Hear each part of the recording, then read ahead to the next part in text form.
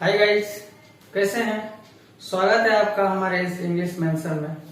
चलिए दोस्तों, आज के इस वीडियो में ये गॉड मेड द कंट्री जो पोएट विलियम कॉपर के द्वारा जो लिखा गया, जो कंपोज किया गया जो पोएम है गॉड मेड द कंट्री, उसका चौथा क्वार्टर मतलब फोर्थ क्वार्टर, ये आप लोग के पास में बुक होगा तो आप लोग देख सकते हैं। इसका ये चौथा क्वार्टर है। आज इस चौथे क्वार्टर में हम लोग देखेंगे, है ना, कि इस चौथे पंच लाइन में, या इसको क्वार्टर भी बोल सकते हैं, ये 5 लाइन की है, अंतिम 5 लाइन है ना। इस जो अंतिम क्वार्टर है, इस पंच लाइन के माध्यम से कवि और क्या कहना चाहते हैं दोस्तों। हमने मतलब हम सभी ने अपने कुकृत्य के माध्यम से प्रकृति को बहुत नुकसान पहुंचाया है दोस्तों। और इतना ही नहीं, सिर्फ पेड़ जो हम लोग जो पेड़ को बर्बाद किए हैं, पेड़ को काट करके शहरीकरण जो किए हैं, इस शहरीकरण से सिर्फ पेड़ पौधे प्रभावित नहीं हुए दोस्तों, पेड़ पौधे प्रभावित हुए हैं, इसके साथ साथ उसका, है ना, जैसे ही पेड़ खत्म हो रहा है ना, तो ऑक्सीजन लेवल कम हो रहा है और कार्बन डाइऑक्साइड का लेवल बढ़ रहा है, जिसके कारण मनुष्य में तरह तरह की बीमारियां आती है दोस्तों। इतना ही नहीं, ये जो पेड़ पौधा जो हम लोग काट करके जो शहरीकरण की प्रक्रिया जो अपनाई है, उसके वजह से प्रकृति में, इस प्रकृति की गोद में जीवित रहने वाले, है ना, जो जीव जंतु है, जैसे पक्षी है ना, सबसे ज्यादा परेशानी किनको हुआ है? पक्षी को, पक्षियों को सबसे ज्यादा परेशानी हुआ है ना, इससे। तो चलिए देखते हैं कि इस पंचलाइन में कवि क्या कहते हैं कि जब पेड़ को हम लोग बर्बाद किए हैं तो उसका खामियाजा तो हम लोग भुगत ही रहे हैं, और साथ साथ और क्या हो रहा है उसको देखते हैं। कह रहा है, कवि कहते हैं कि birds bargaining on the music, जो चिड़िया, जो तरह तरह की आवाज निकालने वाली जो चिड़िया थी दोस्तों, वो चिड़िया अब पलायन कर चुकी है, क्योंकि इस शहर में, है ना, मैंने पहले भी बता दिया है, कवि जो है ना, ये शहर और गांव का जो माहौल है, गांव का जो जीवन है और शहर के जीवन है, दोनों के बीच में एक रेखा खींच करके दोनों में अंतर बताने का प्रयास किया है। तो दोस्तों, इस शहर के माहौल में, है ना, जो जैसे मोबाइल का टावर, बड़ा बड़ा टावर लग गया है जगह जगह पर, चिड़िया का जो आवाज है ना, चिड़िया हमेशा प्राय ऊंचे ऊंचे वृक्षों पे अपना घोंसला बनाती है। उस चिड़िया के आवाज को हम लोग खत्म कर दिए हैं, और उस पेड़ लगाने के बजाय उस जगह पर हम लोग बड़ा बड़ा सा टावर लगा दिए हैं। मोबाइल का जो टावर होता है, उससे जो निकलने वाली जो रेडिएशन होती है दोस्तों, यही रेडिएशन, ये बर्ड्स जो है ना, हमारे प्रकृति का जो श्रृंगार है, ये जो बर्ड्स है ये प्रकृति का श्रृंगार है, इसको, है ना, सबसे ज्यादा परेशानी हुआ है। कह रहा है कि the birds warbling all the music, है ना।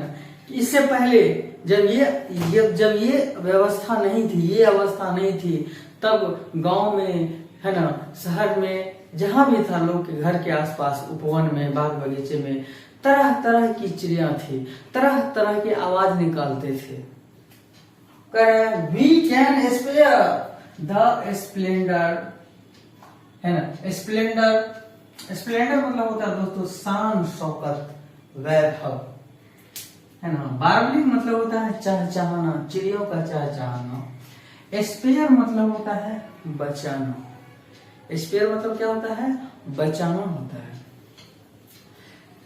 कह रहा है कि we can spare the splendour of your lamps, है ना, कि अभी लैंप का जमाना दोस्तों चला गया है ना। लैंप की वो मीठी रोशनी, वो आंखों को सुकून देने वाली जो रोशनी थी, है ना, उसको खो दिए हैं हम लोग, और हम लोग इस शहर के चकाचौंध माहौल में आ गए हैं। इससे, है ना, हमारे मानसिक ही नहीं, हमारी जो आंखों की जो रोशनी है ना, वो भी, आंख भी प्रभावित होता है ना। इसीलिए कहता है कि हम लोग ग्रामीण जीवन को अपना करके, है ना, ये जो बारबलिंग जो बर्ड्स है, ये सब जो है ना, ये सब जो गायब हो गए हैं उसको हम लोग वापस ला सकते हैं। We can spare the splendour of your lamps. और गांव में जो रात में शाम होता था लोग तो है ना, जो मिट्टी का जो दीप होता है, दीप जलाते थे तो लोग है ना, केरोसिन तेल वाली लैंप जलाते थे लोग दोस्तों।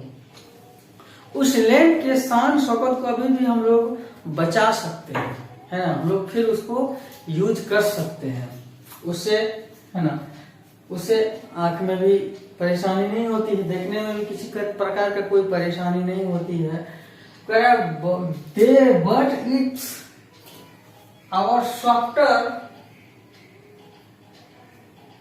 State light your songs confirm मतलब होता है दोस्तों भ्रम पैदा करने वाला। Our more harmonious notes the thrush, है ना, हार्मोनियस मतलब होता है ना, जो मोर हार्मोनियस मतलब होता है भयभीत करने वाला जो आवाज होता है ना, उसको कहते हैं हार्मोनियस नोट्स। नोट्स मतलब आवाज होता है। थ्रस मतलब होता है दोस्तों है ना, एक प्रकार की गाने वाली चिड़िया है ना, उसको इंग्लिश में थ्रस कहते हैं। और डिपार्ट्स मतलब होता है ना, इनकम है ना, आगमन और डिपार्चर होता है। डिपार्चर मतलब होता है पलायन कर जाना, है ना।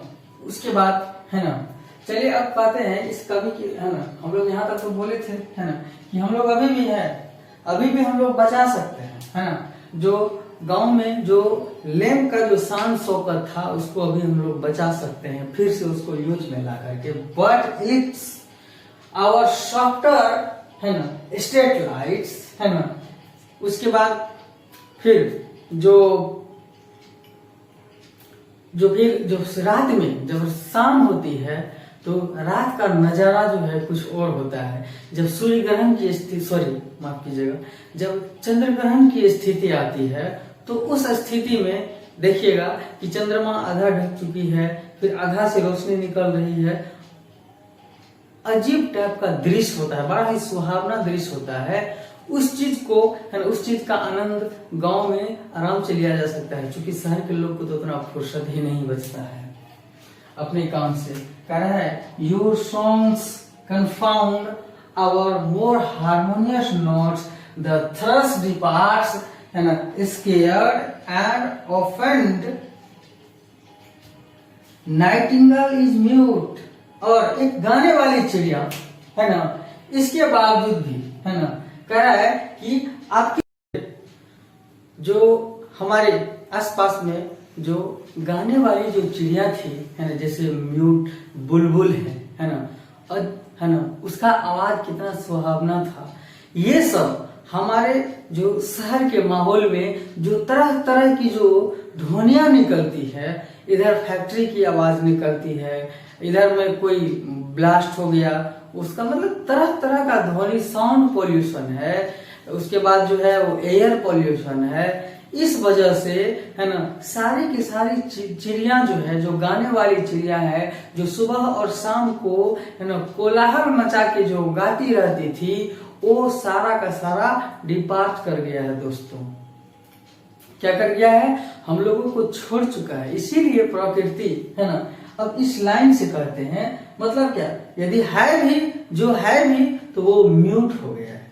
कुछ कुछ चिड़िया अभी भी बचल है ना, बची हुई है, हमारे आसपास में है, लेकिन उसकी कोलाहल उतना है ना कोई प्रभावित नहीं, किसी को प्रभावित नहीं करता है, क्योंकि इस रेडिएशन के वजह से सबसे ज्यादा परेशानी चिड़िया को हुई है ना। और वो है ना डर के मारे है ना, उसको आवाज ही नहीं मिल पाता है रहने का, वो डर के मारे इधर उधर भटकती रहती है, जिसकी वजह से वो खुश रहती थी। जब चिड़िया पंछियां ये सब जो खुश होती है तो खुशी से जो लोग चिल्लाते हैं, गाते हैं, अलग अलग प्रकार का कोलाहल करते हैं। लेकिन जब वो डर गई है, ऑफेंडेड है, जब वो डर चुकी है, तो फिर वो क्या गाएंगे। इसीलिए दोस्तों कवि जो है इस कविता के माध्यम से ये कहते हैं कि दोस्तों कि अभी भी समय शेष है, कि अभी संभल जाइए, वरना बहुत नुकसान सहना पड़ सकता है।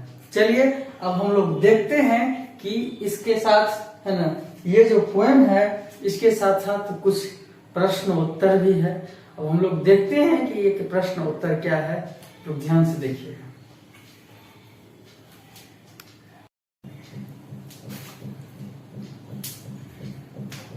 चलिए दोस्तों, अब देखते हैं कि अब इस पोएम के बाद अब जो कुछ ब्रीफ क्वेश्चन है। ब्रीफ क्वेश्चन मतलब होता है लघु उत्तरीय, है ना, जो जिसका आंसर छोटा है, 1 या 2 लाइन में सीमित हो सकता है।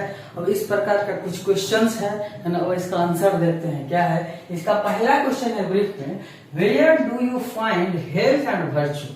आप हेल्थ और वर्च्यू कहाँ पा सकते हैं, है ना, या कहाँ पाते हैं। तो इसका आंसर होगा दोस्तों, हम आंसर में लिखा है कि we can find health and virtue in the village और रूरल एरिया। कि हेल्थ और वर्च्यू हम लोग गांव में पा सकते हैं, या फिर जहाँ पे ग्रामीण एरिया है, देहात है, वहां पर हम लोग ये जो हेल्थ और वर्च्यू है हम लोग वहां अचीव कर सकते हैं। अब देखते हैं इसके साथ दूसरा क्वेश्चन क्या है।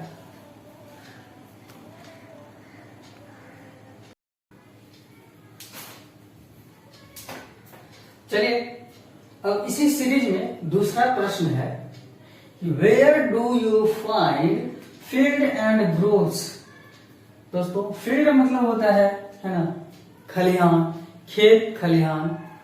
उसके बाद ग्रोव्स मतलब होता है उपवन। तो अर्थात कि ये जो खेत खलिहान है और उपवन है वो कहाँ देखने को मिलता है, कहाँ आप देख सकते हैं। इसका आंसर मैं इस प्रकार से लिखा हूं, आप लोग इसको वीडियो को पॉज करके लिख सकते हैं। कह रहा है कि we can see the field and groves out of the town और इन रूरल एरियाज, है ना, कि शहर के बाहर ये जो बड़े बड़े जो खेत है, फसल लगी हुई जो खेत है और उपवन है, बाग बगीचे हैं, ये सब कहाँ देखने को मिलेगा। ये सब शहर में देखने को मिलेगा। शहर में उतना जगह है जो लोग खेती करेगा और उपवन लगाएगा, बाग बगीचा लगाएगा। शहर में उतना स्पेस ही नहीं बचता है दोस्तों। इसीलिए कहता है कि we can see the field and groves out of the town और इन रूरल एरियाज, है ना, कि हम लोग ये ग्रोव्स, फील्ड और ग्रोव्स को कहाँ पा सकते हैं, शहर के बाहर, मतलब उसको कंट्री साइड भी बोल सकते हैं। शहर के बाहर, है ना, जहाँ ग्रामीण एरिया है, जहाँ किसान लोग रहते हैं, वही ना हम लोग को ये खेत देखने को मिलेगा। ठीक है दोस्तों, इसके बाद इसका अगला क्वेश्चन है ना। अब अगला क्वेश्चन है, चलिए देखते हैं इसका अगला क्या है।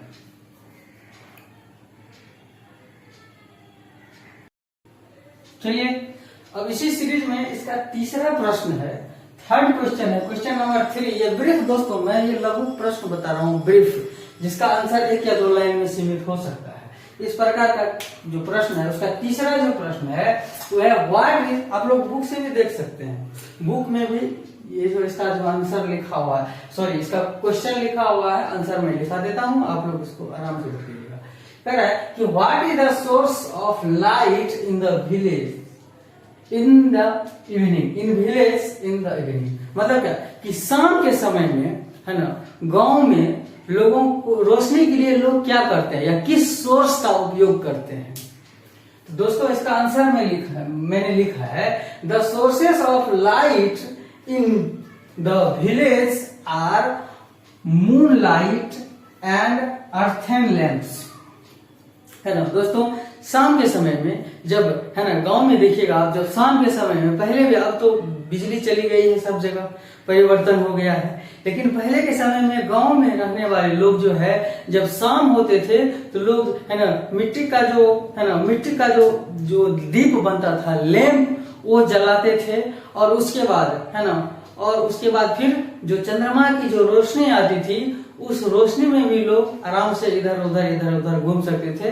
अर्थात कहने का मतलब हुआ कि प्रकृति का, है ना, खुलकर उपयोग करते थे। प्राकृतिक जो स्रोत है उसका खुलकर उपयोग करते थे गांव के लोग, है ना। लोग रोशनी के लिए क्या यूज करते थे, है ना, मून लाइट मतलब चंद्रमा की रोशनी, एंड अर्थन लैंप्स, मिट्टी के बनाए हुए जो दिए हैं, है ना, उसका यूज लोग रोशनी के लिए करते थे। चलिए, इसका अगला क्वेश्चन क्या है देखते हैं।